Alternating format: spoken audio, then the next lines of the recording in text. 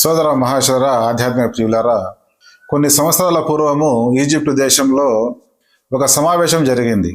ఆ సమావేశం యొక్క ఉద్దేశం ఏమిటి అంటే యూదులు, క్రైస్తవులు, ముస్లిములు ఈ మూడు మతాల వారిలో స్వర్గానికి ఎవరు వెళ్తారు అని.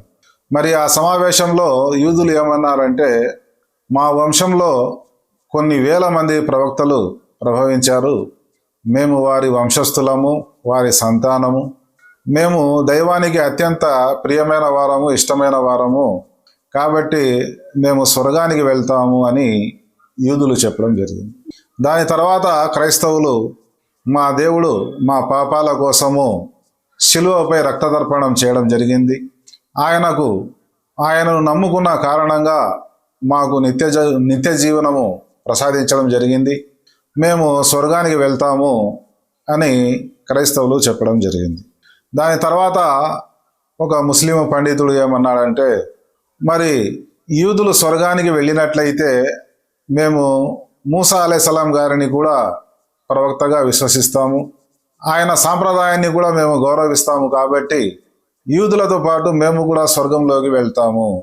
అదేవిధంగా ఒకవేళ క్రైస్తవులు స్వర్గానికి వెళ్ళినట్లయితే మహనీయ ఈసా అలైహిస్సలాం గారిని కూడా మేము ప్రవక్తగా విశ్వసిస్తాము, ఆయన బోధనలను మేము ఆచరిస్తున్నాము, కాబట్టి ఒకవేళ క్రైస్తవులు స్వర్గానికి వెళ్ళినట్లయితే మేము కూడా వారి వెంట స్వర్గంలోకి వెళ్తాము.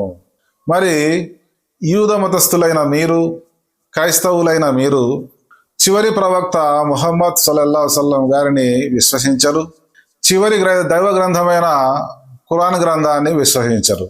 అదేవిధంగా ఇబ్రాహీం అలైహిస్సలాం గారి యొక్క జీవిత విధానము, ఆరాధన పద్ధతి అయిన హజ్ను నిర్వర్తించరు, కుర్బానీని ఇవ్వరు.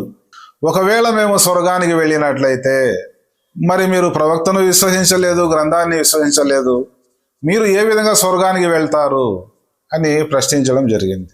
మరి గ్రంథ ప్రజలైన యూదులైన, క్రైస్తవులైన, బౌద్ధైవారాధకులైన మరి స్వర్గానికి పోవాలంటే ఎటువంటి విశ్వాసం కలిగి ఉండాలి, ఆ విశ్వాసం ఏమిటి, ఆ ఆచరణలు ఏమిటి, ఆ ధర్మం ఏమిటి తెలుసుకోవాలి అంటే ఖురాను గ్రంథాన్ని, ప్రవక్త బోధనల్ని ఒకసారి చదవవలసిందిగా నేను ప్రజలందరినీ తెలియజేసుకుంటున్నాను.